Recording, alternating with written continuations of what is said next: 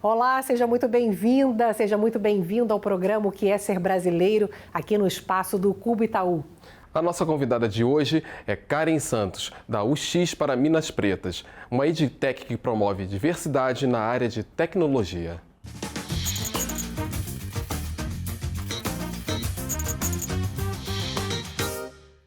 Estamos aqui com Karen Santos. Muito obrigado pela sua presença, Karen. Obrigada, Karen. Eu que agradeço. Você pode nos dizer quem é você?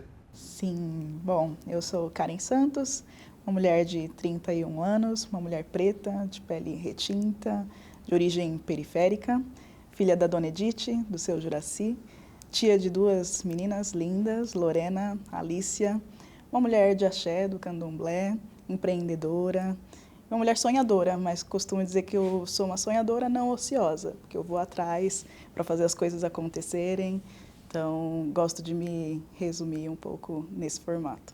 E essa coisa de você ir atrás para as coisas acontecerem, isso vem desde cedo, né, Karen, tua história, né? Sim, desde muito cedo e não por muita opção, assim, né? Por escolha, na verdade. Tive que fazer esse movimento desde a infância, né? Junto com a minha mãe. E essa é uma característica também de muitas mulheres negras, ela como uma mãe solo, desde muito cedo ali, começou também nesse movimento, né, de trabalhar, de manter o lar e tudo mais. Então, desde cedinho, junto com ela, nesse caminhar, né, de se automanter e continuar ali junto com ela. O que você pode falar assim, sobre a sua infância? Como é que foi a sua realidade ali na sua família? O que você pode contar pra gente? Legal.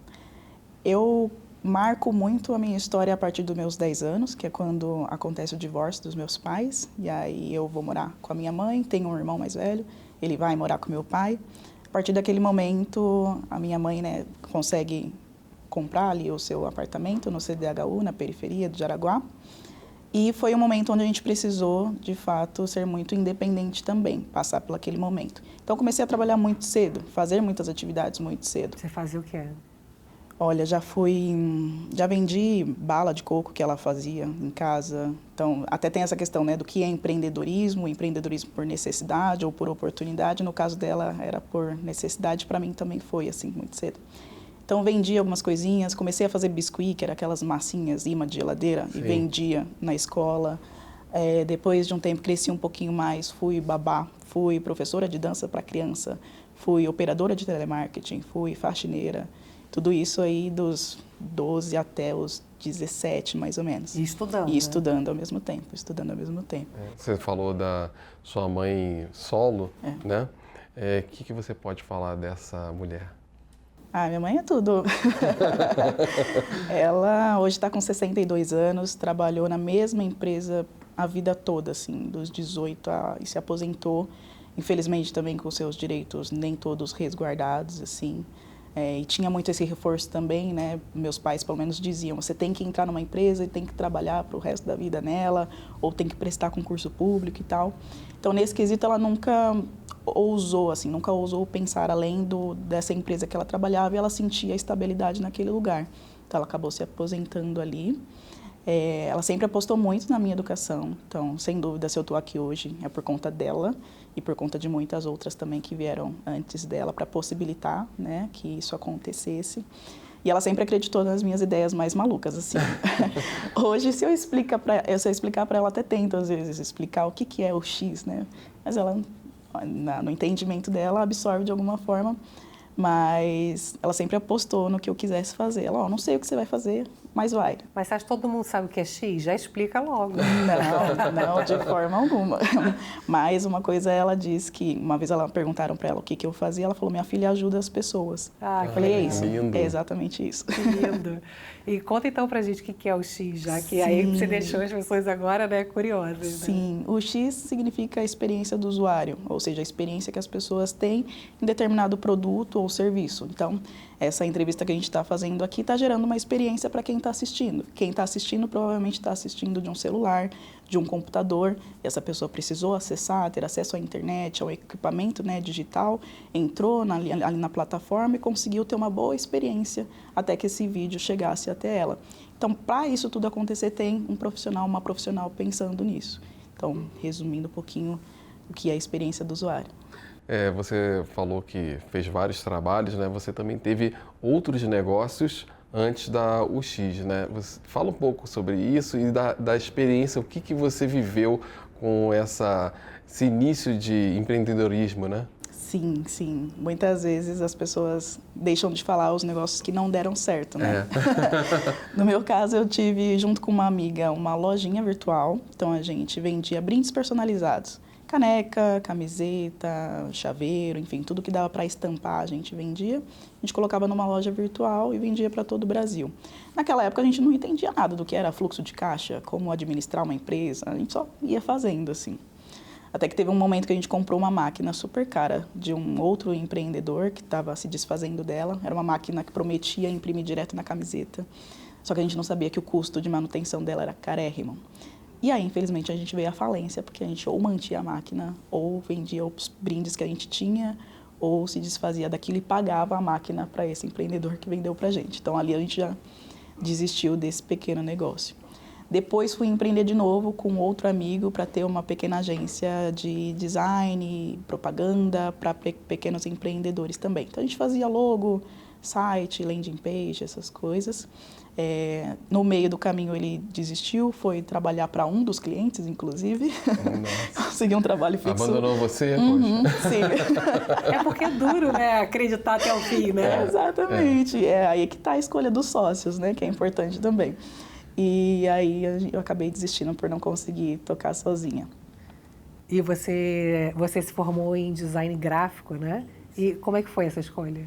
Olha, eu antes disso tentei me formar, na verdade, em análise de sistemas. Então, em 2019 eu saí já do ensino médio, me joguei na faculdade, tentei fazer análise de sistemas, mas tranquei ali nos primeiros 3 meses. Assim, na época eu trabalhava como operadora de telemarketing, morava no Jaraguá, estudava na Liberdade, então tinha que atravessar a cidade, né, todos os dias, além da mensalidade ali não ser barata em si, e os próprios outros custos do curso, né, lanche, material, todas essas coisas.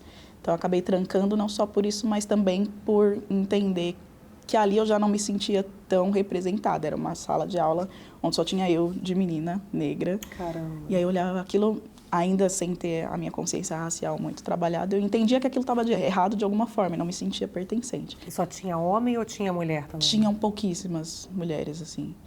E aí, deu uns 3 meses, eu tranquei. E aí, falei, vou dar uma pausa, né? E volto depois. E aí, volto depois de 3 anos para fazer design gráfico. Aí, consigo me formo em 2015. E aí, foi um momento bacana, não só pela formação em si, né? Porque o diploma para a gente também, nesse caso, é extremamente importante, mas porque eu sempre soube, a partir dali da minha adolescência, que eu queria trabalhar com computador, não sabia exatamente com o quê, e já no design eu consegui me encontrar. Uhum. Aí você foi trabalhar em agências de marketing. Trabalhei numa agência de marketing promocional, isso, de ações promocional, live marketing. Como é que foi essa experiência para você? Foi muitas coisas. Desafiadora, foi legal, foi uma virada de chave também importante. Eu fiquei nessa agência durante 4 anos. Assim que eu terminei a faculdade, eu já consegui entrar nessa agência. Então, ali eu fui me desenvolvendo, colocando na prática, né, toda a teoria que eu tinha aprendido na faculdade, foi extremamente importante. Tinha um dupla, que era um outro designer, que me ensinou muitas coisas. Mas teve um determinado momento ali, em 2017, se eu não me engano, que foi onde eu tive um dos despertares, assim. Foi quando eu começo a fazer terapia. E aí, junto com a minha psicóloga, eu começo a me entender, me enxergar mais como uma mulher negra. Começo a entender quem eu era, o que eu representava, como que a minha parte externa também se locomovia. É o momento onde eu assumo o meu cabelo, onde, enfim, eu me fortaleço de várias formas.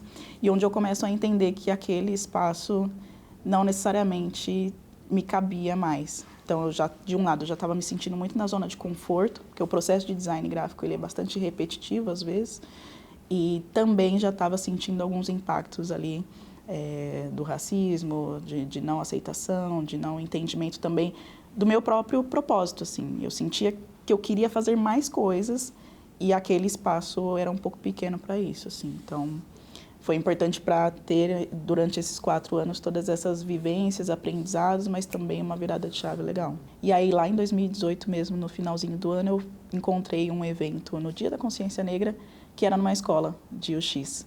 E aí eu fui lá participar, tinham outros designers assim falando do porquê era importante ter diversidade dentro do desenvolvimento de experiência do usuário. Falei, isso daí é para mim. Achei. É porque você está falando de experiência do usuário, a gente tem uma sociedade muito diversa, Isso. né? E essa diversidade também tem que estar presente de que forma nesse UX? Perfeito.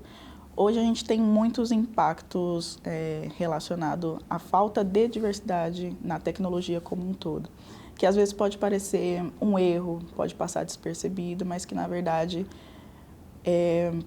pode estar muito conectado com a falta de diversidade nas equipes. Por exemplo, quando uma pessoa usa um aplicativo de banco e não é reconhecida através da câmera, e aí, se eu passo esse aplicativo para uma pessoa de tom de pele mais clara e automaticamente ela é reconhecida, existe um erro ali de pesquisa de teste de usuário com pessoas com tom de pele mais escuro.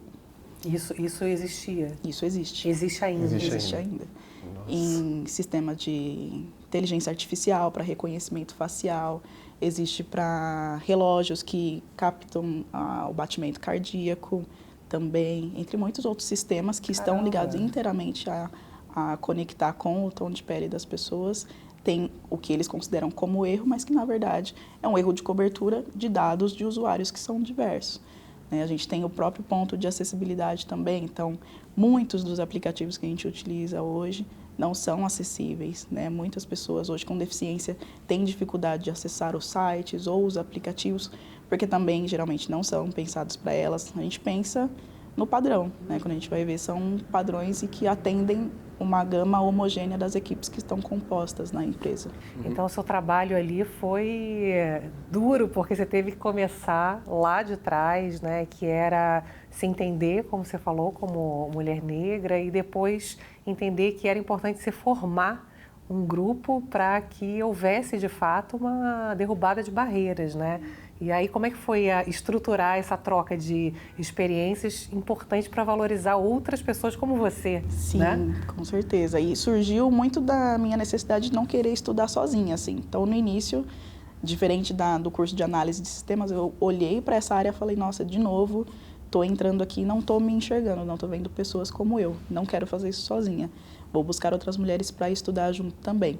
E na oportunidade de fazer um curso, eu precisava ali de umas 5 mulheres para fazer junto comigo. Numa pesquisa que eu lancei para alguns grupos e tudo mais, vieram 300 de uma vez. Caramba. Então, a gente já nasceu uma comunidade, já nasceu grande, e eu, júnior, ali tendo que pegar esse propósito assim e tocar. Karen, o que é equidade para você? Olha, equidade é eu conseguir chegar num espaço, por exemplo, nessa região em que a gente está, e ver mulheres como eu em posições como a que estamos agora, e não em posições subrepresentadas. Uma vez me perguntaram como que eu encontro as mulheres, e que essa é uma das perguntas que as empresas, ou dúvidas que elas mais têm. Como eu encontro? Eu não acho, é difícil. E aí eu respondi, olha, quando eu estou num evento, geralmente as pessoas fazem networking entre elas. Eu vou fazer networking com quem está servindo o café, com quem está limpando, que são as mulheres negras. Então, equidade para mim é ver mais mulheres em espaço de poder, ver mais mulheres na construção, em todas as pontas de contato da tecnologia, tomando decisões também. A gente vai para um rápido intervalo e volta daqui a pouco com Karen Santos, da UX para Minas Pretas, nesse assunto que é muito importante para a gente.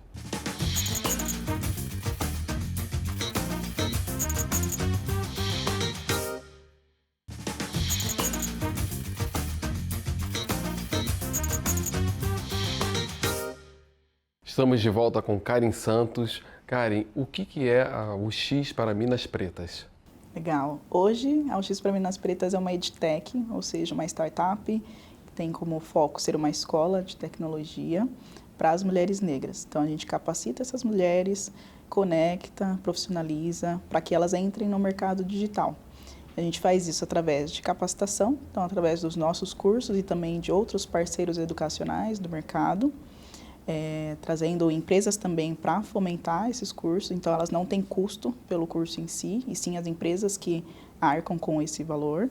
A parte de empregabilidade, onde a gente conecta as mulheres a essas empresas também. Então, as empresas que estão conectadas com o nosso propósito, que entendem a importância da diversidade, da equidade, da inclusão, chegam para a gente com essas oportunidades de vaga e a gente faz todo o processo seletivo ou divulga no nosso banco de dados para que elas se candidatem.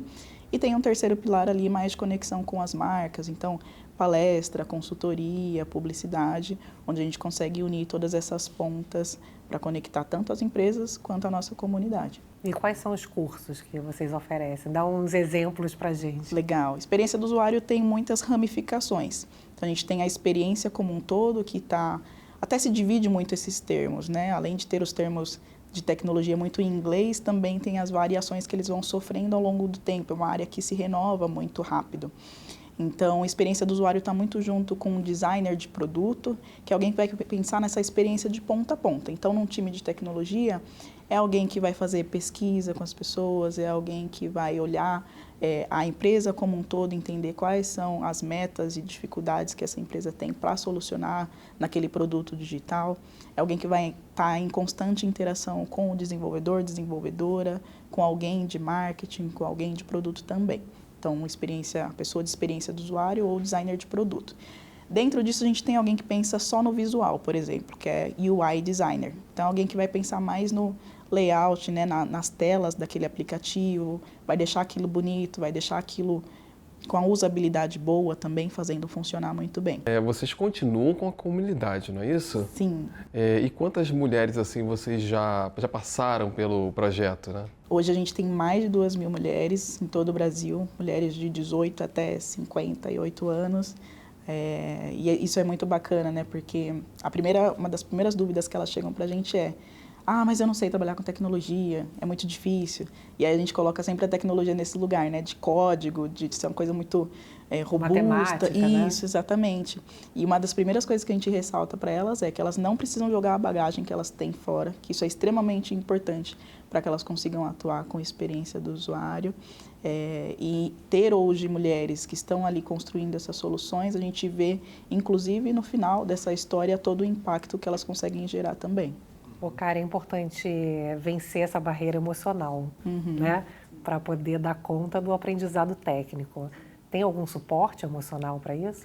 O próprio grupo em si acontece, é um grupo onde a gente tem um espaço seguro para falar das nossas questões.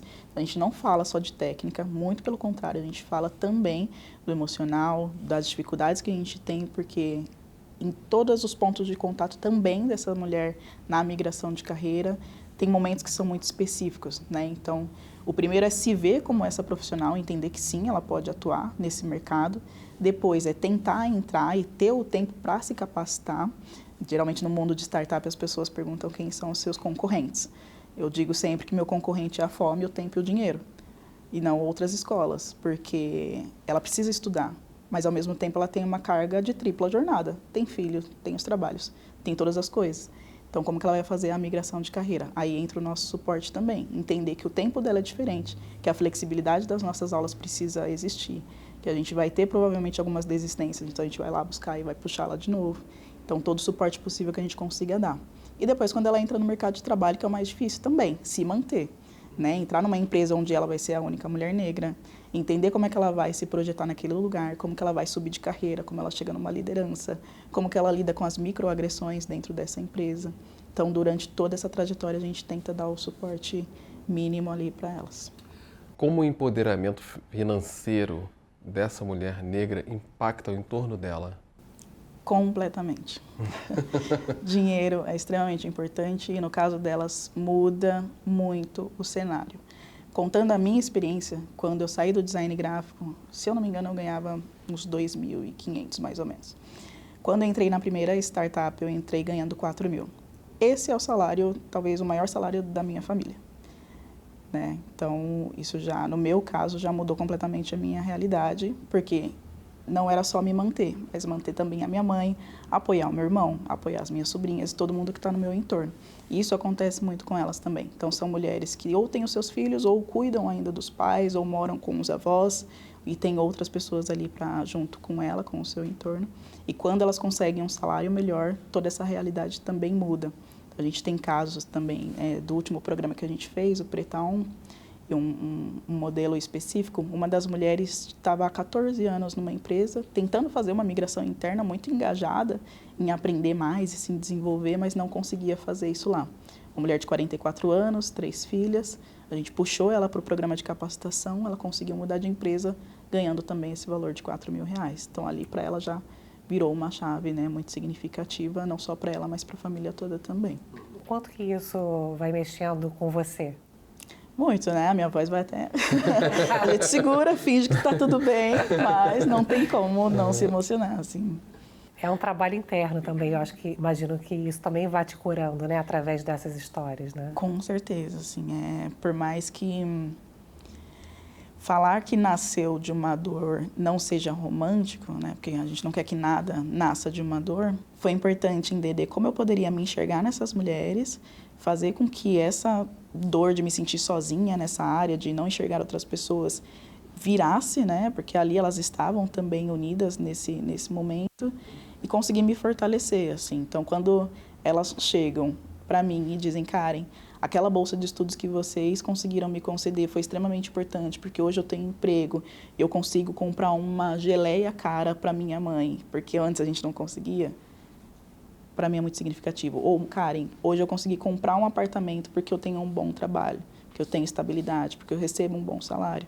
Então, isso prova que todo o trabalho que a gente fez até aqui durante esses 4 anos é extremamente importante, sabe? Uhum. Vocês já receberam prêmios nacionais, internacionais. Aliás, vocês estão presentes no quase todo o Brasil, né? Inclusive fora do Brasil. O que significa para você quando você olha, né, a sua trajetória e olha essa proporção que tomou? O que significa? Eu acho que significa legado.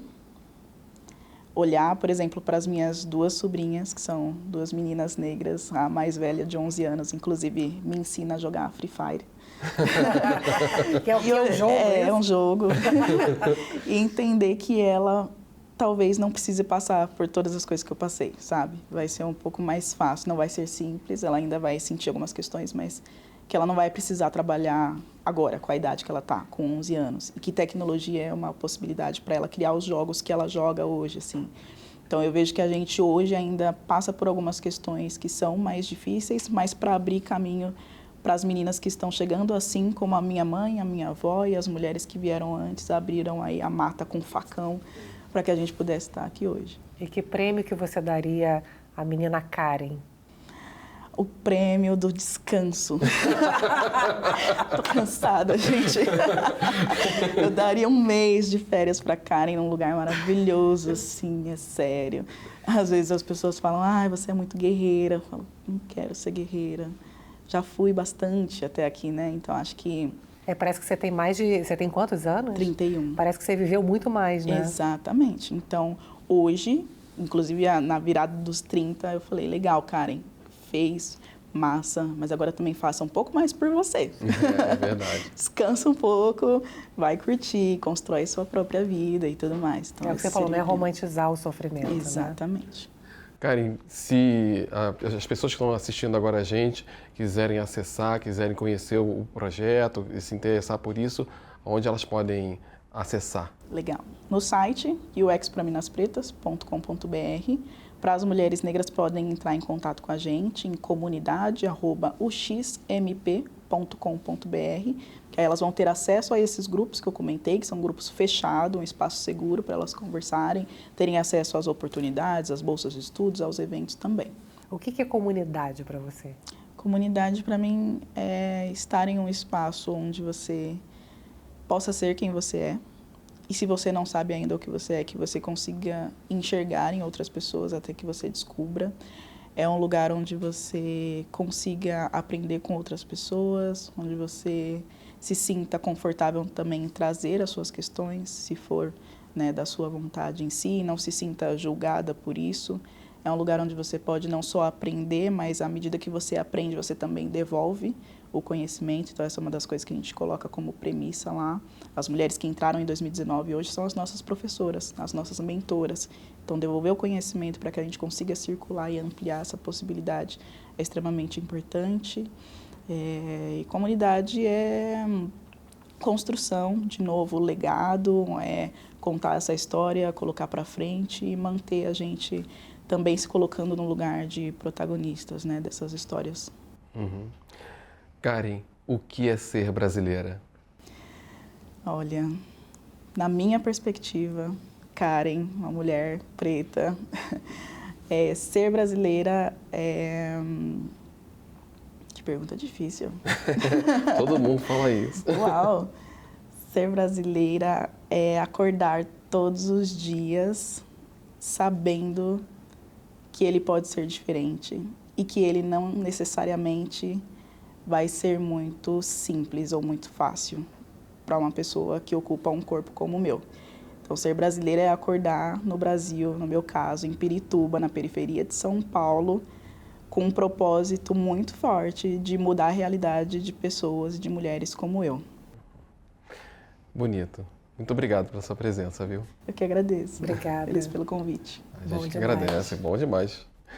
Bom demais. A gente vai se despedindo, agradecendo ao Cubo Itaú, agradecendo a você por estar aqui toda semana com a gente. A gente se vê. Tchau.